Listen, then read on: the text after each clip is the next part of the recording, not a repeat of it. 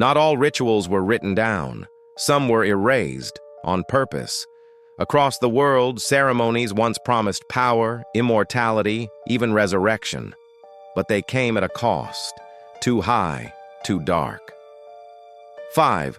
The Bakra Rite of the Silent City, ancient Mesopotamia. What if a god could show you the future? In ancient Mesopotamia, the goddess Nisaba was the patron of writing. Scholars believe that she may have been an invention of scribal schools, a deity born of clay tablets and reed pens. And yet temples dedicated to her across the land suggest that she had many followers outside of the academies. Though her core powers over literacy were likely undisputed, some cults developed their own variations. One such cult existed in the great city of Lagash, a metropolis in the southern Near East, located about 180 miles northeast of the Persian Gulf.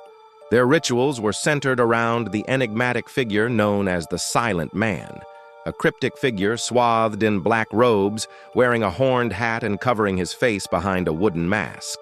The Silent Man would enter a temple courtyard each year during the month of Shubat, the 7th month in the ancient Mesopotamian calendar, which began in March or April of each year.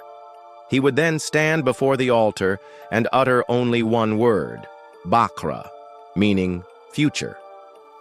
The priests believed this single syllable would allow them to peer into the events of the coming year. But the ritual did not stop there. As the goddess Nisaba took many forms and was associated with numerous animals, including lions, snakes, scorpions, and flies, each of these creatures were represented by an idol within the temple. After the prediction, the priest would take on the persona of the Silent Man and move from one statue to another, making pronouncements and offerings on behalf of the goddess. Eventually, the priest would reach the last altar in the temple, where a bowl of holy water awaited.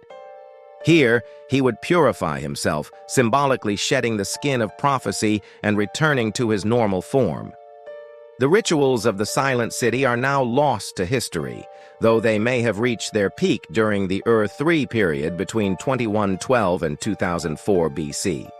However, as no archaeological evidence has ever been uncovered, historians do not know what truly occurred within the temple walls. But the rituals of the Silent Man undoubtedly faded away after the fall of Lagash, most likely dissolving into other Nisaba worship traditions. Number 4, the 9 Nails Offering, pre-Roman Gaul. Imagine waking up one morning to find your entire family missing. In the region of northern France, known as Gaul, prior to the Roman conquest, something like this could have happened without any warning. The Gauls were a collection of Celtic tribes that lived in the area between the Somme and the Garonne rivers. They were renowned throughout Europe as fierce warriors and were known to practice human sacrifice. According to accounts from Greek and Roman writers like Caesar and Strabo, the Gauls believed that the gods demanded blood. To appease them, they would offer human lives, normally captives taken in battle. Other victims were chosen by lot. The Gauls viewed war as a glorious affair. When a young warrior went off to battle, he would prepare for death, believing that a heroic death in combat would grant him entry into the next life. For the Celts, the afterlife was a place of feasting and celebration. It was known as Andubaun in Gaelic languages, meaning the land of the living. They believed that when a warrior died in battle, their spirit would join the gods in this paradise. If their body was mutilated in battle, however, their soul could not properly rejoin them. This led to a morbid custom.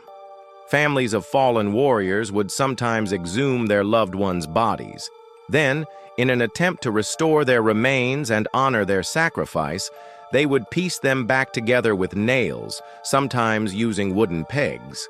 Known as the 9 Nails Offering, this disturbing practice was designed to prevent the deceased from becoming a wandering spirit. Though not all scholars agree that this was done out of fear of the dead person coming back to haunt the family, we do know that it was seen as necessary to keep the body whole. This was especially true for those killed in battle. It is possible that the Celts believed that if the body was left intact, it would ensure the warrior's swift passage into the next life. The origins of this practice are unclear, but it disappeared after the Roman conquest of Gaul around 50 BC. Number 3, the Tonglen inversion, hidden Tibetan practice. Picture a small village nestled in the remote mountains of Tibet. Deep within its heart, a secret practice is performed, a ceremony that promises enlightenment, but at a terrible price. Bon is an ancient tradition native to Tibet. It predates Tibetan Buddhism, which eventually replaced it as the dominant faith in the region. Despite its decline, some elements of Bon survived and can still be found throughout the mountainous regions of Tibet. One of these is the mysterious Tonglen inversion. While little is known about this forbidden rite, it is said to have been practiced by the 6th and 7th century Bon apostate Shenrab Miboken. The word Tonglen means transfer, often used in Buddhist meditation to mean transferring loving kindness to others. Inversion suggests a turning or reversal. Thus, the Tonglen inversion is literally a turning or reversal of transfers. Since so little is known about this ritual, its exact nature is unknown, though we can make an educated guess based on what we know about Bon teachings. Bon teachings revolve around the idea of preserving the purity of the three kayas. The Nirmanakaya refers to the physical body. The Sambhogakaya refers to the subtle body that remains after the physical body dies, while the Dharmakaya refers to the body of truth or enlightenment. Bon practices usually focus on keeping these three bodies pure through meditation and avoiding pollution. In some cases, however, rituals like the Tonglen inversion may have been necessary to purify individuals who have become corrupted or polluted in some way. The specifics are unknown, but the results may have been worth the risk. Bon followers who underwent this process may have gained access to powers beyond the imagination of ordinary people. In either case, the Tonghun inversion remained a closely guarded secret for centuries, only spoken of in hushed tones and veiled language, its existence barely a whisper in the wind. Number 2, the Rite of the Veiled Sun, pre-dynastic Egypt. Imagine standing in the shadow of the Great Pyramid, feeling the weight of centuries pressing down upon you. Suddenly, the hot desert wind picks up, whipping around you as the sky darkens above you.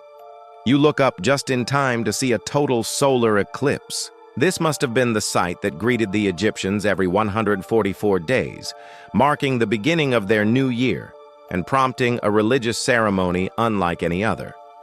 During the pre-dynastic era in Egypt, between roughly 6000 and 3150 BC, the Egyptians were primarily a collection of small villages spread along the Nile River. These villages were independent and self-sufficient, farming the fertile lands along the riverbanks and living in relative peace. That is, until the annual flooding season. Every year, the Nile would overflow, inundating the fields and forcing the villagers to flee to higher ground. Each year, they would rebuild their homes and plant their crops, and each year they would watch the ominous skies darken as the sun was veiled by the moon. This was no natural phenomenon to the Egyptians. Instead, they believed that the sky goddess Nut had given birth to a demon that devoured the sun. This terrifying creature was known as Apep, the embodiment of chaos and evil. As the demon approached, the Egyptians would hide indoors and wait for the terrifying ordeal to pass. Once the eclipse was over and the sun returned to the sky, they would emerge from their homes and celebrate the triumph of order over chaos. This annual cycle became the basis of their religion. So began the festival of the veiling of the sun, a celebration of the victory of light over darkness. As the sun was swallowed by the moon, the Egyptians offered prayers and sacrifices to the gods, begging them to protect them from the darkness. They believed that the longer the eclipse lasted, the more dangerous the demon Apep became, and thus the more urgent their pleas had to be. This festival became one of the most important events in the Egyptian calendar, marking the beginning of each new year. Over time, the Egyptians built grand temples to house these celebrations, and the priests became some of the most powerful people in society. Even after dynastic rule was established, this holiday remained central to Egyptian culture. evolving into a complex mythology that explained the creation of the world, the rise and fall of the pharaohs, and the fate of the dead. Number 1. The Whispering Table of Crux Hollow, Medieval Black Forest. Imagine sitting at an old wooden table lit by the flickering glow of a candle. Suddenly, you hear a voice whispering in your ear, sharing secrets of the past. In the medieval Black Forest of Germany, deep within the woods, a small village thrived. The people here were simple folk, living quiet lives, raising their families and working in the fields. But every year they looked forward to one special event, the Whispering Table Festival. Held in the village of Kreuzhagel, this festival was unlike any other. At its center was an ancient wooden table, said to have been crafted by a hermit named Tillman. This table was no ordinary piece of furniture. It was imbued with magic, capable of revealing secrets from centuries past. Every year, the villagers would gather around the table, listening intently as voices whispered tales of love, loss, joy, and sorrow. These whispers were said to be the spirits of the dead, sharing their stories with those still living. The festival was a celebration of life and death, a reminder that even in the darkest of times, hope can prevail. Yet not everyone was so accepting of the strange occurrences in their village. Many saw the Whispering Table Festival as a threat, fearing that the spirits might cause harm to those who listened too closely. Despite these fears, the villagers continued to hold their festival, honoring their ancestors and celebrating their heritage. The origin of the festival is said to have begun with the hermit Tillman, who lived deep within the Black Forest. One day, while walking through the woods, he stumbled upon a clearing where a group of trees formed a circle. In the center of the circle was a large oak tree, and beneath its branches was a flat rock. Tillman sat on the rock and closed his eyes, and that's when he heard the whispers. He spent many years in the forest, listening to the spirits and learning their stories. Eventually, he returned to the village and told the people what he had heard. They were intrigued, and so the first Whispering Table Festival was born. Every year, the villagers would return to the clearing in the woods and sit on the stone beneath the oak tree. They would listen to the spirits and learn about their lives and deaths. Over time, the festival evolved into a celebration of life and death, a reminder that even in the darkest of times, hope can prevail. To this day, the tradition continues, with people from all over the world coming to the Black Forest to experience the magic of the Whispering Table for themselves. These rituals remind us that sometimes knowledge is buried, not to be forgotten, but to be protected. Subscribe for more echoes of the past, echoes of